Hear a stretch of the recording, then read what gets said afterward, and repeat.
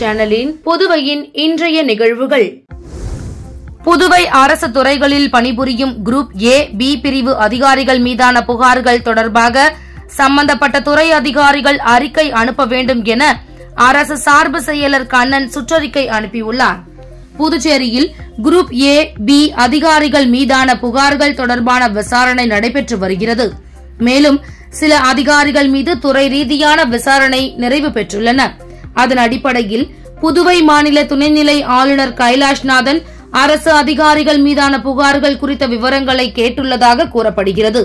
புதுவை அரசு சார்பு செயலர் கண்ணன் அரசு துறைகளுக்கு அனுப்பியுள்ள சுற்றறிக்கையில், புதுவை அரசு துறைகளில் பணிபுரியும் குரூப் ஏ, பி பிரிவு அதிகாரிகள் மீதான ஒழுங்கு நடவடிக்கைகள் தொடர்பான வழக்குகளின் விவரத்தை ஆளுநருக்கு விரிவாக தெரிவிக்க தகவல்கள் தேவைப்படுகிறது. விவரங்களை வரும் 31ஆம் தேதிக்குள் மின் அஞ்சலுக்கு அனுப்ப வேண்டும். அதில் அதிகாரியின் பெயர், அவர் மீதான குற்றச்சாட்டு, பணியிடை நீக்கம் இருந்தால் அதன் விவரம், அது குறித்த தற்போதைய நிலை உள்ளிட்ட அனைத்து விவரங்களையும் குறிப்பிட்ட மின்னஞ்சலுக்கு அனுப்ப வேண்டும் என குறிப்பிடப்பட்டுள்ளது. புதுச்சேரி பல்கலையில் PhD படிப்புகளுக்கு விண்ணப்பிக்க வரும் 7ஆம் தேதி வரை காலக்கெடு நீட்டிக்கப்பட்டுள்ளது. புதுச்சேரி பல்கலையில் PhD படிப்புகளுக்கு நுழைவுத் தேர்வு அடிப்படையில் மாணவர் சேர்க்கை நடக்கிறது. மேலும் காஞ்சி மாமுனிவர் பட்ட மேற்படிப்பு மையம், vector control research centre, French ஆய்வு நிறுவனம், மதர் தெரேசா சுகாதார பட்ட மேற்படிப்பு மையம், காரைக்கால் ஜவஹர்லால் நேரு வேளாண் அறிவியல் நிலையம், மணக்குள விநாயகர் டெக்னாலஜி, ராஜீவ்காந்தி கால்நடை அறிவியல் நிலையம் உட்பட பல்வேறு நிறுவனங்களுக்கும் சேர்த்தே பல்கலைக்கழகம் PhD நுழைவுத் தேர்வினை நடத்தி வருகின்றது. இப்படிப்பினை பகுதி நேரமாகவோ அல்லது முழு நேரமாகவோ தொடரலாம். இந்த ஆண்டிற்கான PhD படிப்பிற்கு விண்ணப்பிக்க நேற்றுடன் கடைசி நாள் என்ற நிலையில் அதனை வரும் 7ஆம் தேதி வரை இணையதளம் மூலம் விண்ணப்பிக்கலாம் என குறிப்பிடப்பட்டுள்ளது. புதுச்சேரியில் ஜிம் பயிற்சியாளரை கல்லால் தாக்கி கொலை செய்த 3 ரவுடிகள் மீது குண்டாஸ் சட்டம் பாய்ந்தது. புதுச்சேரி வம்பாக்கீரபாளையம் தெப்பக்குளம் வீதியை சேர்ந்தவர் மணிகண்டன், ஜிம் பயிற்சியாளர். இவர் கடந்த மே 29ஆம் தேதி உப்பளம் இந்திரா காந்தி விளையாட்டு அரங்கத்தின் பின்னால் சென்றபோது அங்கு மது அருந்திக் கொண்டிருந்த 4 பேர் கொண்ட கும்பல் தகராறு செய்து மணிகண்டனை கல்லால் தாக்கி கொலை செய்தது. இது தொடர்பாக ஒதியஞ்சாலை போலீசார் வழக்கு பதிந்து வம்பாக்கீரபாளையம் அசோக், திப்புராயப்பேட்டை கார்த்திகேயன், ஸ்ரீகாந்த் ஆகிய 3 கைது செய்தனர். அவர்களில் அசோக் மீது 5 வழக்குகளும், கார்த்திகேயன் மீது 3 வழக்குகளும், ஸ்ரீகாந்த் மீது 2 வழக்குகள் உள்ளது.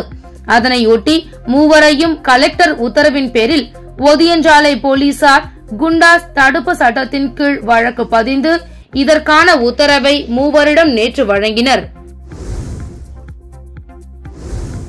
ரவுடி மர்டர் மணிகண்டனை காவலில் விசாரிக்க அழைத்து வந்ததால் ரெட்டியார்பாளையம் போலீஸ் நிலையத்திற்கு பூட்டு போட்டு பலத்த போலீஸ் பாதுகாப்பு போடப்பட்டது. உழவர்கரையை சேர்ந்தவர் விமல், கொலை செய்யப்பட்ட ரவுடி தெஸ்தான் உறவினர்.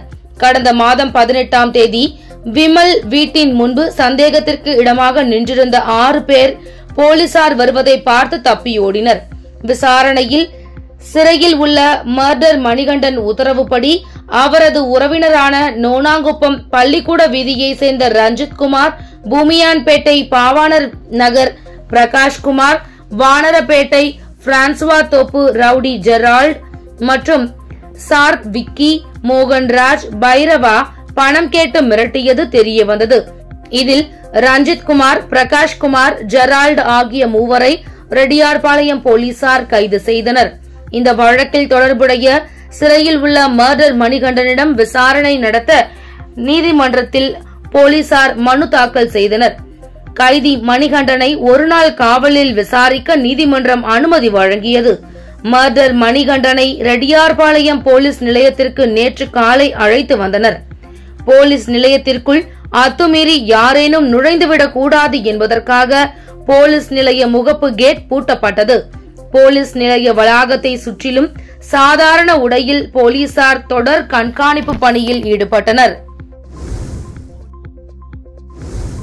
பங்கு சந்தையில் முதலீடு செய்தால் பணம் சம்பாதிக்கலாம் என 13,51,000 ரூபாயை மோசடி செய்த நபரை சைபர் கிரைம் போலீசார் தேடி வருகின்றனர். புதுச்சேரி நோனாங்குப்பம் பகுதியை சேர்ந்தவர் ராஜபாண்டியன். இவரை தொடர்பு கொண்ட நபர் பங்கு சந்தையில் முதலீடு செய்து அதிக லாபம் சம்பாதிக்கலாம் என ஆசை வார்த்தை கூறினார். அதனை நம்பி படிப்படியாக பணத்தை முதலீடு செய்தார். அதற்கான லாபம் அவருக்கு கிடைத்து வந்தது. அந்த ஆசையில் அவர் மேலும் 13,51,000 ரூபாயை பங்கு சந்தையில் முதலீடு செய்தார். அதனைத் தொடர்ந்து முதலீடு செய்ததற்கான லாப பணம் வராததால் சந்தேகமடைந்த அவர் அந்த நபரை தொடர்பு கொண்டபோது அவரிடமிருந்து எந்த பதிலும் கிடைக்காததால் மோசடி நபரிடம் ஏமாந்தது தெரிய வந்தது. புகாரின் பேரில் சைபர் கிரைம் போலீசார் வழக்கு பதிந்து மர்ம நபரை தேடி வருகின்றனர். புதுச்சேரியில் பூர்வீக ஆதி திராவிடர்களுக்கு வழங்கப்படும் இட ஒதுக்கீட்டு சலுகைகளை புலம்பெயர்ந்த ஆதி திராவிடர்களுக்கும் வழங்க வேண்டும் என்ற நீதிமன்ற உத்தரவை அமல்படுத்த வேண்டும் என விசிக எம்பி ரவிக்குமார் புதுச்சேரி துணைநிலை ஆளுநரை சந்தித்து கோரிக்கை மனு அளித்தார். விழுப்புரம் நாடாளுமன்ற உறுப்பினர் ரவிக்குமார் புதுச்சேரி துணைநிலை ஆளுநர் கைலாஷ்நாதனை இன்று ராஜ்நிவாசில் சந்தித்து மனு ஒன்றை அளித்தார். இதனை அடுத்து ஆளுநர் மாளிகை வெளியே செய்தியாளர்களை சந்தித்த எம்பி ரவிக்குமார், புதுச்சேரியில் பல ஆண்டுகளாக புலம்பெயர்ந்த ஆதி திராவிடர்கள், பூர்வீக ஆதி திராவிடர்கள் என்ற பாகுபாடு இருப்பதால் கல்வி வேலை வாய்ப்பில் இட ஒதுக்கீடு இல்லாமல் புலம்பெயர்ந்த ஆதி திராவிடர்கள் புறக்கணிக்கப்பட்டு வருகிறார்கள். எனவே பூர்வீக ஆதி திராவிடர்களுக்கு வழங்கக்கூடிய அனைத்து இட ஒதுக்கீடு சலுகைகளையும் புலம்பெயர்ந்த ஆதி திராவிடர்களுக்கு வழங்க வேண்டும் என்ற உச்சநீதிமன்ற தீர்ப்பு என்றும் புதுச்சேரியில் நடைமுறைப்படுத்த வேண்டும். ஜிப்மரில் அண்டை மாவட்டத்தை சேர்ந்த நோயாளிகளுக்கு புற்றுநோய் உள்ளிட்ட உயர் ரக வகை நோய்களுக்கு சிகிச்சை அளிக்க மறுக்கப்படுகிறது. அதனால் துணைநிலை ஆளுநர் தனது அதிகாரத்தை பயன்படுத்தி ஜிப்மருக்கு கூடுதல் நிதி பெற வேண்டும் என வலியுறுத்தி மனு அளித்ததாகவும் மனுவை பெற்றுக்கொண்ட துணைநிலை ஆளுநர் கைலாஷ்நாதன் உரிய நடவடிக்கை எடுப்பதாக உறுதி அளித்ததாக ரவிக்குமார் எம்பி தெரிவித்தார். தமிழகத்தில் கலவரத்தை தூண்டும் வகையில் அரசியல் கட்சி தலைவர்களை தொடர்ந்து அவதூறாக பேசி வரும் அண்ணாமலையை குண்டர் தடுப்பு சட்டத்தின் கீழ் கைது செய்ய வேண்டும் என அதிமுக மாநில செயலாளர் அன்பழகன் தெரிவித்துள்ளார். அதிமுக பொதுச் செயலாளர் எடப்பாடியாரை அவதூறாக பேசிய தமிழக பாஜக தலைவர் அண்ணாமலையை கண்டித்து புதுச்சேரி அதிமுக சார்பில் கண்டன ஆர்ப்பாட்டம் உப்பளத்தில் உள்ள அதிமுக தலைமை அலுவலகம் முன்பு நடைபெற்றது. அதிமுக மாநில செயலாளர் அன்பழகன் தலைமையில் நடைபெற்ற ஆர்ப்பாட்டத்தில் 100க்கும் மேற்பட்ட அதிமுகவினர் கலந்து கொண்டு அண்ணாமலையின் உருவப்படத்தை கிழித்தும் செருப்பால் அடித்தும் தீயிட்டு கொளுத்தியும் கண்டன கோஷங்களை எழுப்பினர். தொடர்ந்து செய்தியாளர்களிடம் பேசிய அன்பழகன், தமிழகத்தில் கலவரத்தை தூண்டும் வகையில் அரசியல் கட்சி தலைவர்களை தொடர்ந்து அவதூறாக பேசி வரும் அண்ணாமலையை குண்டர் தடுப்பு சட்டத்தில் கைது செய்ய வேண்டும் என்றும் மத்திய பாஜக அரசு அண்ணாமலையை தலைவர் பதவியிலிருந்து நீக்க வேண்டும் என கூறினார். மேலும் புதுச்சேரிக்கு அண்ணாமலை வந்தால் தக்க பதிலடி கொடுப்போம் என எச்சரிக்கை விடுத்தார். குடிமைப் பொருள் வழங்கல் துறையில் அமைச்சர் திருமுருகன் ஆய்வு செய்து அதிகாரிகளுக்கு ஆலோசனை கூறினார். குடிமைப் பொருள் வழங்கல் மற்றும் நுகர்வோர் விவகாரங்கள் துறை அலுவலகம் வந்த அமைச்சர் திருமுருகன் ஆய்வு செய்தார். ஊழியர்களின் பணிகள் குறித்து தனித்தனியாக கேட்டறிந்தார். அலுவலகம் வரும் மக்களின் வீண் அலைச்சல், கால விரயத்தை தவிர்க்க ஆலோசனைகள் கூறினார். மேலும் துறையை சிறப்பாக நடத்த ஊழியர்களின் கருத்துக்களையும் கேட்டறிந்தார். ஆய்வுக் கூட்டத்தில் துறை இயக்குநர் சத்யமூர்த்தி, துணை இயக்குநர் தயாளன், அலுவலக கண்காணிப்பாளர்கள், ஊழியர்கள் கலந்து கொண்டனர். ராஜீவ்காந்தி கால்நடை மருத்துவ கல்வி மற்றும் ஆராய்ச்சி நிறுவனத்தின் 25வது பட்டமளிப்பு விழாவில் முதல்வர் ரங்கசாமி கலந்து கொண்டு 72 மாணவ மாணவிகளுக்கு பட்டங்கள் வழங்கி பாராட்டினார். புதுச்சேரி ராஜீவ்காந்தி கால்நடை மருத்துவ கல்வி மற்றும் ஆராய்ச்சி நிறுவனத்தின் 25வது பட்டமளிப்பு விழா இன்று கம்பன் கலையரங்கில் நடைபெற்றது. இவ்விழாவில் முதலமைச்சர் ரங்கசாமி சிறப்பு விருந்தினராக கலந்து கொண்டு 72 மாணவ மாணவியர்களுக்கு பட்டங்களையும் தேர்வில் முதலிடம் பிடித்த மாணவ மாணவியருக்கு பதக்கங்களையும் வழங்கி சிறப்புரையாற்றினார். இந்திய அரசு கால்நடை பராமரிப்புத்துறை ஆணையர் டாக்டர் அபிஜித் மித்ரா கலந்து கொண்டு பட்டமளிப்பு உரையாற்றினார். முன்னதாக கல்லூரி டீன் செழியன் ஆண்டறிக்கை வாசித்தார். இந்நிகழ்ச்சியில் சட்டப்பேரவைத் தலைவர் செல்வம், அமைச்சர்கள் ஜெயக்குமார், சாய் ஜே சரவணன்குமார், சட்டமன்ற உறுப்பினர் அனிபால் கென்னடி மற்றும் தலைமை செயலர் சரத் சௌகான், கால்நடை பராமரிப்பு அரசு செயலர் ராஜு மற்றும் மருத்துவ பேராசிரியர்கள், மாணவ மாணவியர் பலரும் இவ்விழாவில் கலந்து கொண்டனர். இக்கல்லூரியில் புதுச்சேரி மட்டுமல்லாமல் கேரளா, மகாராஷ்டிரா, பீகார், உத்தரப்பிரதேசம், ஹரியானா, நாகாலாந்து, ராஜஸ்தான் போன்ற பல்வேறு பகுதிகளை சேர்ந்தவர்களும் பயின்று வருகின்றனர் என்பது குறிப்பிடத்தக்கது. வில்லியனூர் தொகுதிக்குட்பட்ட இம்மாக்குலேட் பள்ளி மாணவிகளுக்கு இலவச சைக்கிள் மற்றும் மழை அங்கினை எதிர்க்கட்சி தலைவர் சிவா வழங்கினார். வில்லியனூர் தொகுதிக்குட்பட்ட இம்மாக்குலேட் உயர்நிலைப் பள்ளியில் பயிலும் மாணவிகளுக்கு இலவச ரெயின்கோட் மற்றும் சைக்கிள் வழங்கும் நிகழ்ச்சி பள்ளி வளாகத்தில் இன்று காலை நடந்தது. இந்த நிகழ்ச்சியில் தொகுதி சட்டமன்ற உறுப்பினரும் சட்டமன்ற எதிர்க்கட்சி தலைவருமான சிவா கலந்து கொண்டு மாணவிகளுக்கு அரசின் இலவச சைக்கிள், மழைக்கோட்டை வழங்கினார். இதில் பள்ளி தலைமை ஆசிரியை ஆலிஸ் மேரி, ஆசிரியை ரீதா மற்றும் தொகுதி திமுக நிர்வாகிகள் உட்பட பலர் கலந்து கொண்டனர். புதுச்சேரி கொக்கு பார்க் அருகே கிழக்கு கடற்கரை சாலையில் ஆக்கிரமிப்புகளை அகற்றும் பணியில் ஈடுபட்ட ஊழியர்களுடன் வியாபாரிகள் கடும் வாக்குவாதத்தில் ஈடுபட்டதால் பரபரப்பு ஏற்பட்டது. புதுச்சேரியில் சாலையோர ஆக்கிரமிப்புகளால் கடும் போக்குவரத்து நெரிசல் ஏற்படுவதாக வந்த புகாரை தொடர்ந்து நகர பகுதியில் உள்ள முக்கிய சாலைகளில் ஆக்கிரமிப்புகள் அகற்றப்பட்டன. இந்நிலையில் கொக்கு பார்க் அருகே இருந்து கிழக்கு கடற்கரை சாலையில் உள்ள சாலையோர ஆக்கிரமிப்புகளை அகற்றும் பணி இன்று நடைபெற்றது. போலீசார் பாதுகாப்புடன் பொதுப்பணித்துறை, உழவர்கரை நகராட்சி அதிகாரிகள் முன்னிலையில் ஆக்கிரமிப்புகள் அகற்றும் பணியில் ஊழியர்கள் ஈடுபட்டனர். இதற்கு அங்கிருந்த வியாபாரிகள் ஒன்று கூடி எதிர்ப்பு தெரிவித்ததுடன் ஊழியர்களுடன் கடும் வாக்குவாதத்தில் ஈடுபட்டனர். இதனால் அப்பகுதியில் பதட்டமான சூழல் நிலவியது. இருப்பினும் போலீஸ் பாதுகாப்புடன் அதிகாரிகள் ஜேசிபி இயந்திரம் மூலம் சாலையோர ஆக்கிரமிப்புகளை அகற்றினர். புதுச்சேரியில் ஒரு சில நாட்களில் வெள்ளை அரிசி ரேஷன் கடைகள் மூலம் வழங்கப்படும் என சபாநாயகர் செல்வம் தெரிவித்துள்ளார். அரியாங்குப்பம் வட்டார வளர்ச்சி அலுவலகம் சார்பில் மணவெளி தொகுதி பஞ்சாயத்து அளவிலான மகளிர் கூட்டமைப்பு மற்றும் மகளிர் சுய உதவிக்குழு பிரதிநிதிகளுடன் திட்ட ஆலோசனை மற்றும் கலந்தாய்வு கூட்டம் நேற்று நடந்தது. கூட்டத்தில் சபாநாயகர் செல்வம் தலைமை தாங்கி பேசுகையில், மகளிர் சுய உதவிக்குழுவினர் பால் உற்பத்தியை பெருக்க 100 மாடுகள் வரை வளர்ப்பதற்கு அரசு ரூபாய் 1 கோடி வரை மானியம் வழங்குகிறது.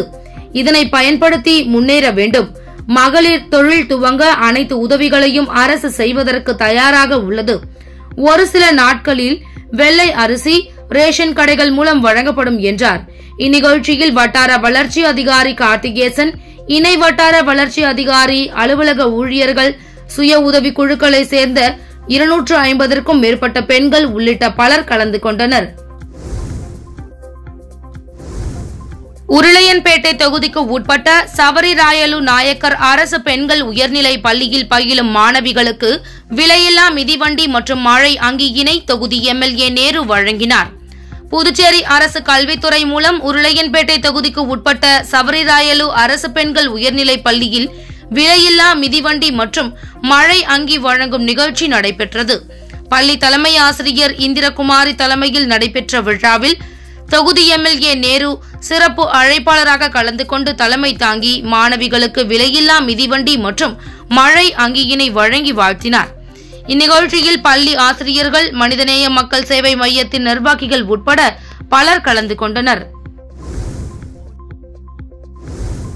சுதந்திர தினத்தை முன்னிட்டு பிரெயின் பாக்ஸ் லேர்னிங் ஹபின் பிரம்மாண்ட ஓவிய போட்டி ஒன்றை 2 பகுதிகளாக 18/8/2024 மற்றும் 25/8/2024 ஆகிய தேதிகளில் நடத்தியது.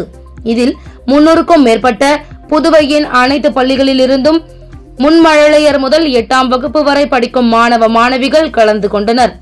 வெற்றி பெற்ற மாணவர்களுக்கு நேற்று 26/8/2024 அன்று பரிசளிப்பு விழா கோலாகலமாக நடைபெற்றது. சிறப்பு விருந்தினர்களாக கலை ஆலயம் ஃபைன் ஆர்ட்ஸ் அகாடமியின் இயக்குநர் டாக்டர் மேரிஸ்டெல்லா மற்றும் doctor Madan, professor and HOD department of psychiatric, IGMC Kathirkamam அவர்கள் பங்கேற்று பிரெயின் பாக்ஸ் நிறுவனத்தின் சிறப்புகளை பற்றி உரையாற்றினார். பின்பு வெற்றி பெற்ற மாணவ மாணவியருக்கு பரிசுகளை வழங்கி விழாவை சிறப்பித்தனர். இதில் பங்கேற்ற அனைத்து மாணவ மாணவிகளுக்கும் சான்றிதழ்கள் அந்நிறுவன தலைவி திருமதி பாக்கியலட்சுமி வழங்கினார். இதில் 200க்கும் மேற்பட்ட பெற்றோர்கள் மற்றும் மாணவர்கள் கலந்து கொண்டனர். புதுச்சேரி மணவெளி தொகுதியில் மகாத்மா காந்தி தேசிய ஊரக வேலை உறுதி திட்டத்தின் கீழ் ரூபாய் 3.83 லட்சம் மதிப்பிலான பணிகளை சபாநாயகர் செல்வம் தொடங்கி வைத்தார். புதுச்சேரி அரசு வட்டார வளர்ச்சி அலுவலகம் ஆரியாங்குப்பம் வட்டாரம் சார்பாக மணவெளி தொகுதிக்கு உட்பட்ட பூரணாங்குப்பம் பகுதியில் மகாத்மா காந்தி தேசிய ஊரக வேலை உறுதி திட்டத்தின் கீழ் ரூபாய் 3,83,000 மதிப்பில் பணிகளை தொகுதி சட்டமன்ற உறுப்பினரும் சட்டப்பேரவை தலைவருமான செல்வம் இன்று தொடங்கி வைத்தார். அதன்படி பூரணாங்குப்பம் பகுதியில் விஜய மாநகர் நிலம் முதல் உப்பனாறு வரை உள்ள வாய்க்காலை தூர்வாரி ஆழப்படுத்துதல் மற்றும் முழியான்குளம் முதல் உப்பனாறு வரை உள்ள வாய்க்காலை தூர்வாரி ஆழப்படுத்துதல் ஆகிய பணிகளை சட்டப்பேரவை தலைவர் தொடங்கி வைத்தார். இந்நிகழ்ச்சியில் வட்டார வளர்ச்சி அதிகாரி கார்த்திகேசன், உதவி பொறியாளர் ராமன், இளநிலை பொறியாளர் சிவஞானம், பணி ஆய்வாளர் கணேசன் மற்றும் அப்பகுதி முக்கிய பிரமுகர்கள் உட்பட பலர் கலந்து கொண்டனர். ஸ்ரீ ராதா ருக்குமணி சமேத ஸ்ரீ வேணுகோபால் சுவாமி சன்னதியில் கோகுல அஷ்டமி முன்னிட்டு நடைபெற்ற சிறப்பு பூஜையில் திரளான பக்தர்கள் கலந்து கொண்டு சாமி தரிசனம் செய்தனர். புதுச்சேரி அடுத்த சேதராப்பட்டு கிராமத்தில் உள்ள அருள்மிகு ஸ்ரீ ராதா ருக்குமணி சமேத ஸ்ரீ வேணுகோபால் சுவாமி ஆலயத்தில் ஆவணி மாத கோகுல அஷ்டமியை முன்னிட்டு ஆலயத்தில் சிறப்பு அபிஷேகம், அலங்காரம் மற்றும் தீப ஆராதனை காண்பிக்கப்பட்டது. இந்நிகழ்வில் ஏராளமான பக்தர்கள் கலந்து கொண்டு சுவாமி தரிசனம் செய்தனர். அதனைத் தொடர்ந்து ஆலயத்திற்கு வருகை புரிந்த அனைவருக்கும் அன்னதானம் மற்றும் பிரசாதம் வழங்கப்பட்டது. மேலும் இந்நிகழ்வுக்கான ஏற்பாடுகளை புருஷோத்தமன், அன்பு மற்றும் ஆலயத்திற்கு நிர்வாகிகள், ஊர் பொதுமக்கள் சிறப்பாக செய்திருந்தனர். தெற்கு ரயில்வே வெளியிட்டுள்ள செய்திக்குறிப்பில் கூறியிருப்பதாவது: பயணிகள் கூட்ட நெரிசலை கட்டுப்படுத்துவதற்காக மதுரை தாம்பரம் இடையே இன்று சிறப்பு ரயில் இயக்கப்படுகிறது. அந்த வகையில் மதுரையிலிருந்து இன்று இரவு 8:50 மணிக்கு புறப்படும் அதிவிரைவு சிறப்பு ரயில் திண்டுக்கல், திருச்சி, தஞ்சாவூர், கும்பகோணம், மயிலாடுதுறை, சிதம்பரம், விழுப்புரம், செங்கல்பட்டு வழியாக நாளை காலை 6:30 மணிக்கு தாம்பரம் சென்றடையும். இவ்வாறு அதில் கூறப்பட்டுள்ளது. இந்திய கடற்படை போர்க்கப்பலான INS மும்பை 3 நாட்கள் பயணமாக நேற்று கொழும்பு துறைமுகம் சென்றடைந்தது. அந்த கப்பல் இலங்கையில் உள்ள துறைமுகத்திற்கு செல்வது இதுவே முதல் முறை. அதே சமயத்தில் இந்த ஆண்டு இலங்கை துறைமுகத்திற்கு இந்திய கப்பல் செல்வது இது 8வது தடவை. 163 மீட்டர் நீளம் கொண்ட இக்கப்பலில் 410 ஊழியர்கள் உள்ளனர். கடற்படை வழக்கப்படி இலங்கை கடற்படை வரவேற்பு அளித்தது. 3 நாட்களும் ஊழியர்கள் இலங்கையை சுற்றி பார்ப்பார்கள். இலங்கை கடற்படையுடன் சேர்ந்து யோகா, கடற்கரையை சுத்தப்படுத்துதல் போன்ற பணிகளையும் செய்வார்கள். 29ஆம் தேதி கப்பல் அங்கிருந்து புறப்படும். முன்னதாக நேற்று காலை சீன கடற்படையின் 3 போர்க்கப்பல்களும் அதே கொழும்பு துறைமுகம் வந்தன. அவை அங்கு நங்கூரமிட்டு நிறுத்தப்பட்டுள்ளன. இந்திய வீரர் விராட் கோலி தற்சமயத்தில் உலகின் சிறந்த கிரிக்கெட் வீரராக கருதப்படுகிறார். இந்தியாவுக்காக கடந்த 2008ஆம் ஆண்டு அண்டர்-19 உலக கோப்பையை கேப்டனாக வென்ற அவர் சீனியர் கிரிக்கெட்டில் அறிமுகமானார். அப்போதிலிருந்து 3 வகையான கிரிக்கெட்டிலும் பெரும்பாலான போட்டிகளில் சிறந்த செயல்பாடுகளை வெளிப்படுத்தி வரும் அவர் 26,000க்கும் மேற்பட்ட ரன்களையும் 80 சதங்களையும் அடித்து இந்தியாவின் வெற்றிகளில் பங்காற்றி வருகிறார். அந்த வகையில் இந்திய டெஸ்ட் கிரிக்கெட்டின் வெற்றிகரமான கேப்டனாக சாதனை படைத்துள்ள விராட் கோலி ஃபிட்னஸ் என்னும் வார்த்தைக்கு அடையாளமாகவும் திகழ்கிறார். அதனால் அவர் ஏராளமான இளம் வீரர்களுக்கும் வீராங்கனைகளுக்கும் ரோல் மாடலாக திகழ்கிறார். முன்னதாக கடந்த IPL தொடரில் இளம் இந்திய வீரர் ரிங்கு சிங் கோரிக்கையை ஏற்று விராட் கோலி தம்முடைய ஒரு பேட்டை பரிசாக கொடுத்தார். ஆனால் அதை பயன்படுத்தி வலை பயிற்சியில் அதிரடியாக விளையாட முயற்சித்த ரிங்கு சிங் அடுத்த ஒரு வாரத்திற்குள் உடைத்து விட்டார். அதனால் விராட் கோலி மீண்டும் அவருக்கு புதிய பேட் ஒன்றை வழங்கினார். இந்நிலையில் விராட் கோலியிடம் உங்களுடைய பேட் உடைந்து விட்டதாக சொன்னபோது மிகவும் பயந்ததாக ரிங்கு சிங் தெரிவித்துள்ளார். மேலும் விராட் கோலியை பார்த்து உலகின் அனைத்து வீரர்களுமே பிட்னஸை கற்றுக்கொள்ளலாம் என ரிங்கு பாராட்டியுள்ளார். அத்துடன் விராட் கோலியுடன் இணைந்து இந்தியாவுக்காக விளையாடும் வாய்ப்பை பெற்றது கனவு நிஜமான தருணம் என்று கூறினார். இத்துடன் சக்தி சேனலின் புதுவையின் இன்றைய நிகழ்வுகள் முடிவடைகின்றன. வணக்கம். உங்கள் சக்தி சேனலின் புதுவையின் அன்றாட நிகழ்வுகளை உடனுக்குடன் தெரிந்து கொள்ள சக்தி சேனல் புதுச்சேரி யூடியூப் சேனலை சப்ஸ்கிரைப் செய்து கொள்ளுங்கள். மறக்காமல் பெல் பட்டனையும் கிளிக் பண்ணுங்க, ஷேர் பண்ணுங்க, லைக் பண்ணுங்க. உங்கள் சக்தி சேனல்.